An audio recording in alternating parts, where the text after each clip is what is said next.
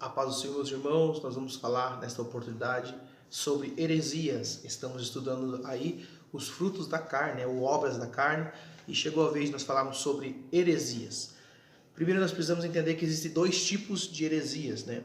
Primeiro tipo de heresia, o que é heresia?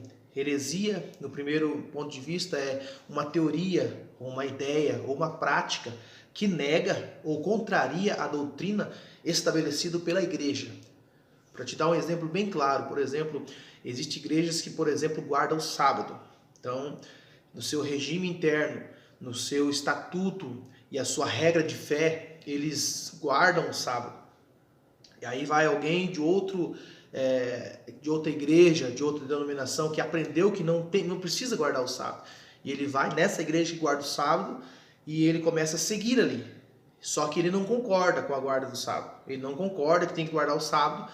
E ele está ali na igreja e ele tenta convencer os irmãos que estão ali na igreja que ele tem que guardar o sábado. Então se torna um tipo de heresia, porque ele vai contrário à doutrina estabelecida para a igreja.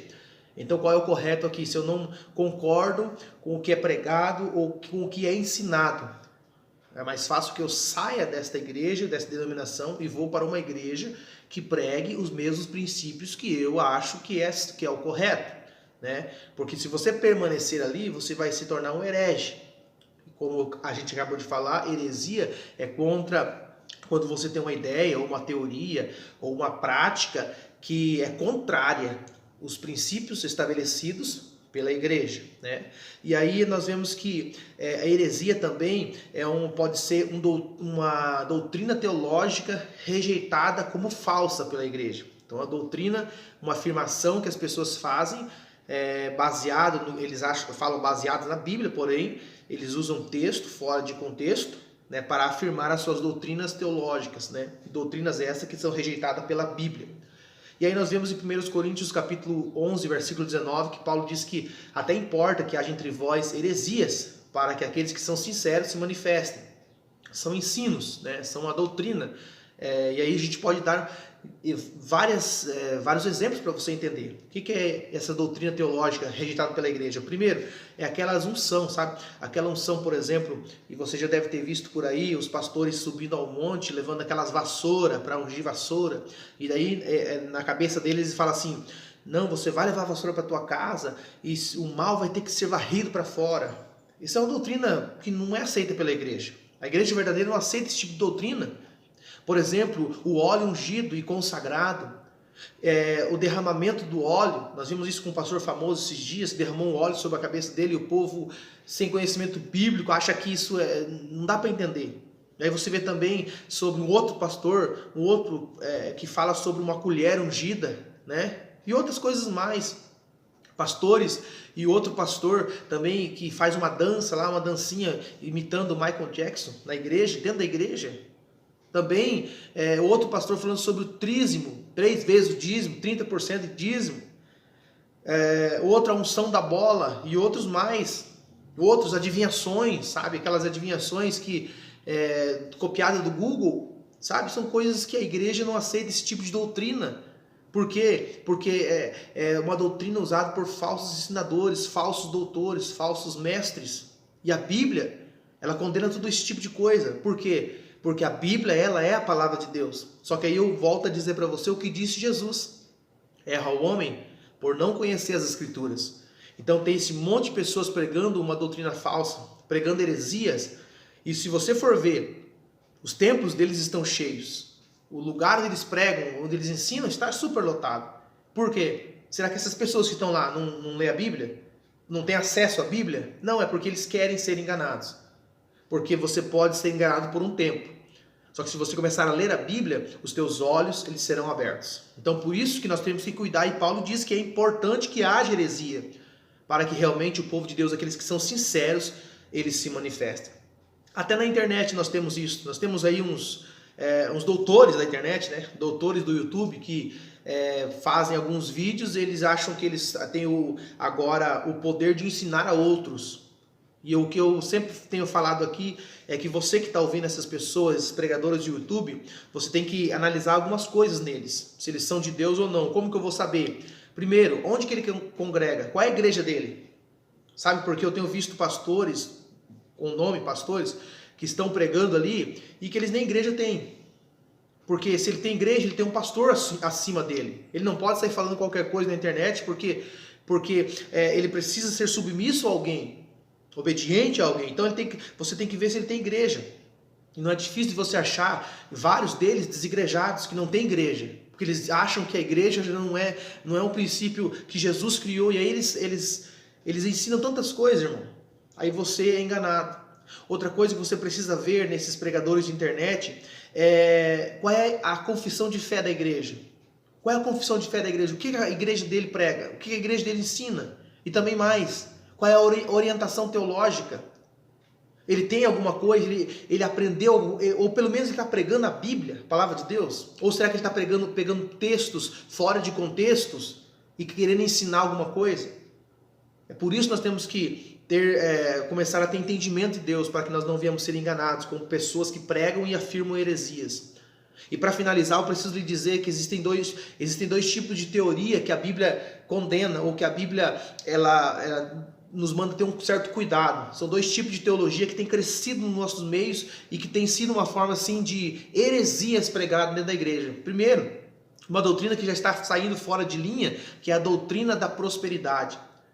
É claro que nós, como igreja, acreditamos que Deus pode sim nos prosperar e nos abençoar. É claro que o prazer de Deus é nos abençoar, porém, a nossa vida não está firmada em prosperidade. É por isso que eu falo para você, a doutrina da prosperidade, ela caiu no Brasil e ela avançou de tantas maneiras, que aí você vê, como eu acabei de citar, a unção da vassoura, a unção do óleo ungido, a unção da colher de pedreiro, ou seja, eles fazem tudo isso aqui e aí leva para a igreja dizendo assim: Deus quer te abençoar, só que você tem que comprar o feijão ungido, você tem que comprar a vassoura ungida, você tem que comprar o óleo ungido, você tem que comprar o lenço ungido, você tem que comprar a rosa ungida. Então é uma doutrina que a Bíblia condena, porque para você ser abençoado, você não precisa comprar nada. Para você ser abençoado, você tem que obedecer a palavra de Deus. E a prosperidade bíblica, ela existe, porém eles pegam o texto, tira do contexto, e diante daquilo que eles tiram ali, do texto que eles tiram, eles fazem uma releitura da Bíblia. É por isso que você vê eles pregando, e tudo que eles pregam é prosperidade. Tudo que eles pregam, eles podem falar de Abraão, eles vão cair lá em dinheiro. Eles podem falar sobre Jacó, eles vão finalizar no dízimo de Jacó. Eles pregam sobre qualquer pessoa da Bíblia, eles vão colocar sobre que eles foram prósperos porque eles fizeram alguma coisa, porque eles deram. Não. E a Bíblia ensina que nós podemos ser prósperos, desde que você obedeça os princípios bíblicos. Essa doutrina está saindo de linha, né? Porque está chegando uma outra doutrina nova. E a doutrina nova que tem chegado aqui é a doutrina do coach. Você já ouviu, e eu tenho certeza que você já viu muitos vídeos de pastores coach. O que é pastor coach? O que é o coach? O coach é uma metodologia. É um curso que as pessoas fazem, elas aprendem a falar, aprendem a convencer as pessoas. O que é o coach no mundo? O coach, ele é levado às empresas para motivação, para fazer com que o funcionário, o empregado tenha motivação para alcançar o seu sucesso. E qual que é a palavra deles? Incentivo. A palavra deles é aquela palavra que vai dar ânimo para aquela pessoa e vai dizer: você vai alcançar, você vai conseguir, você é uma pessoa melhor, você tem potencial, você é o cara. Essa é a palavra do coach secular. E aí é um problema, porque o coach, ele é treinado para te ajudar a entender o teu estado agora e dizer: ó, você tem que chegar aqui, você vai chegar porque você pode, porque você tem potencial. Trazendo isso para a igreja, entra num conflito, porque o evangelho verdadeiro, o evangelho pregado pelos coaches, eles não tem associação. Por quê? Porque o coach, o pregador coach, ele vai massagear o ego das pessoas. A pessoa vai entrar na igreja e ela vai ser cada dia mais influenciada para que ela vai alcançar, porque vai dar certo, porque ela vai... E nem sempre, meu irmão, o evangelho vai nos ensinar isso. Se você pegar o que Jesus ensinou, o que ele disse: se você quiser vir me seguir, negue-se a si mesmo. Ele está dizendo o nosso ego tem que cair por terra. Porque se nós formos seguir a Jesus do jeito que a gente é, nós somos pecadores. Aí por isso que entra pessoas nesses lugares, com a vida toda destruída, e de fato, porque estão na sua maioria em pecado, Um largou da esposa e às vezes até traiu a esposa, largou da esposa, mas foi para este culto. Aí o pastor vai pregar e ensinar, não, que você vai ser, Deus vai te abençoar, porque Deus vai prosperar. Se alguém se afastou de você, é porque essa pessoa não presta, é porque Deus tirou essas pessoas do teu caminho. E aí a pessoa sai dali, em vez de mudar, em vez de dizer, não, eu perdi meu casamento, eu vou recuperar meu casamento, eu vou ser uma pessoa melhor, vou ser um marido melhor, vou ser uma esposa melhor. Como é que ele se transforma? Ele sai dali dizendo, não, realmente Deus permitiu isso acontecer porque essa pessoa não presta. E as pessoas não mudam. As pessoas são massageadas no seu ego.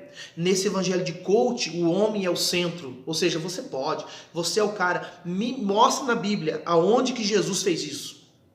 Me mostra aonde que Jesus olhou para alguém e disse, não, você... Sabe, ali a palavra do Senhor diz sobre o jovem rico. O jovem rico chegou diante do Senhor e disse, bom mestre, que farei para herdar o reino dos céus? O Senhor disse, viste, observaste os mandamentos? Sim, tenho todos eles, obedeço todos eles. Aí o que Jesus diz para ele? Vai e vende o que tem, e reparte os pobres, e vem e segue-me. Se fosse um coach, ele teria falado, não, você é o cara, você obedece todos os mandamentos, ó, parabéns para você, vem aqui, eu vou colocar você como meu discípulo. Só que Jesus disse o que para ele? Vai e vende o que tens. Por quê? Porque o coração dele estava preso no dinheiro. O coach, ele usa a habilidade que ele tem, ele usa a metodologia que ele tem, que ele aprendeu com os homens para tentar incentivar as pessoas, mas ele se esquece que evangelho e coach não conseguem se ligar, porque a Bíblia não é motivacional, meu irmão. Jesus disse que quer vir após mim, negue-se a si mesmo, tome sua cruz e siga-me. Jesus disse, no mundo tereis aflições, mas tem de bom ânimo, eu venci o mundo. Então o evangelho é isso aqui, meu irmão. Tem hora que você vai sentir cansaço, tem hora que você vai desanimar, tem hora que você vai chorar, tem hora que você vai orar e Deus não vai te responder. E eu preciso estar preparado para isso, porque senão eu desvio. E aí, meu irmão, você vê o primeiro coach da Bíblia, você já viu, você já estudou e sabe onde que apareceu o primeiro coach da Bíblia? Alguém já falou isso para você? O primeiro coach da Bíblia apareceu lá no Éden. Quando ele está na árvore e ele diz para a mulher, o Senhor disse para vocês não comer de nenhum fruto dessas árvores? E ela disse, não, o Senhor só não nos permitiu comer do fruto do meio do jardim. E o que o coach falou para ela? Não, Deus não quer que você coma, porque o dia que você comer, você será igual a Deus. Porque você tem potencial, você é Eva, não, você vai ser igualzinho a Deus, ou até melhor do que Deus. Esse é o problema, meus irmãos. O coach vai falar o que você quer ouvir. Ele vai alimentar. Às vezes você está no pecado e você precisa, Colossenses 3,5 diz, mortificai vossos membros que estão sobre a face da terra. O coach vai dizer, não, que é isso? Não precisa disso não, você não precisa obedecer não. E aí eles vão dizer assim, eu já ouvi um pregador desses dias dizendo assim que a igreja que ensina que você tem que passar por luta, dificuldade, a igreja que diz que você um dia vai desanimar, esses caras gostam de sofrer, esses homens gostam de sofrer. Ou seja, além de pregar um falso evangelho, ainda estão atacando um verdadeiro evangelho. Só que como a teologia da prosperidade caiu por terra, essa teologia do coach também vai cair. Sabe por quê? Porque a igreja verdadeira, ela está baseada na Bíblia, não no que um ídolo está fazendo ou falando. A igreja verdadeira confere as escrituras. A igreja verdadeira testemunha, ela vive o que prega, ela prega e vive o que prega. Já o coach não. E aí nós precisamos entender, meus irmãos, que o evangelho vai nos trazer um confronto. O evangelho nunca vai associar o pecado. O evangelho sempre vai bater de frente com o pecado. Se você ler a Bíblia, você vai saber disso. Eles nos acusam de legalista. Não, o pastor que prega e ensina que você tem que orar. Até a oração estão batendo de frente. Só que aí você decide quem você vai ouvir. Se você vai ouvir uma teoria falsa, uma falsa teoria que é rejeitada pela igreja. Que a igreja não pode aceitar a teologia do coach. Porque são palavras que elevam o ego do homem, colocam o homem como centro. E na verdade não é assim. Jesus quer nos libertar e ele disse... João 8,32, conhecereis a verdade vos libertará. Quem quer que liberta? João 8,36, se o Filho vos libertar, verdadeiramente sereis livre. Então por isso, meu irmão, cuidado com as heresias, cuidado com o que você ouve, porque você pode se afastar de Deus, dependendo das vozes que você está ouvindo. E eu ainda falo e repito, a melhor voz, a voz que eu quero ouvir é a voz do Espírito Santo através da sua palavra. Repare que esses coaches nunca te ensinam a ler a Bíblia. A pregação dele é tirada de texto, fora de contexto. Ele nunca te ensina, ó, a Bíblia diz isso aqui, ó. Eu vou ler o texto e eu vou ler o contexto. O que está acontecendo aqui? Não. Eles vão te ensinar. A Bíblia diz, pedi, dar-se-vos-á. E ele não lê o contexto. Então, por isso é muito preocupante essas heresias no meio da igreja pentecostal, da igreja evangélica. E eu convido você, examine, para que você não seja enganado. Que Deus em Cristo Jesus te abençoe.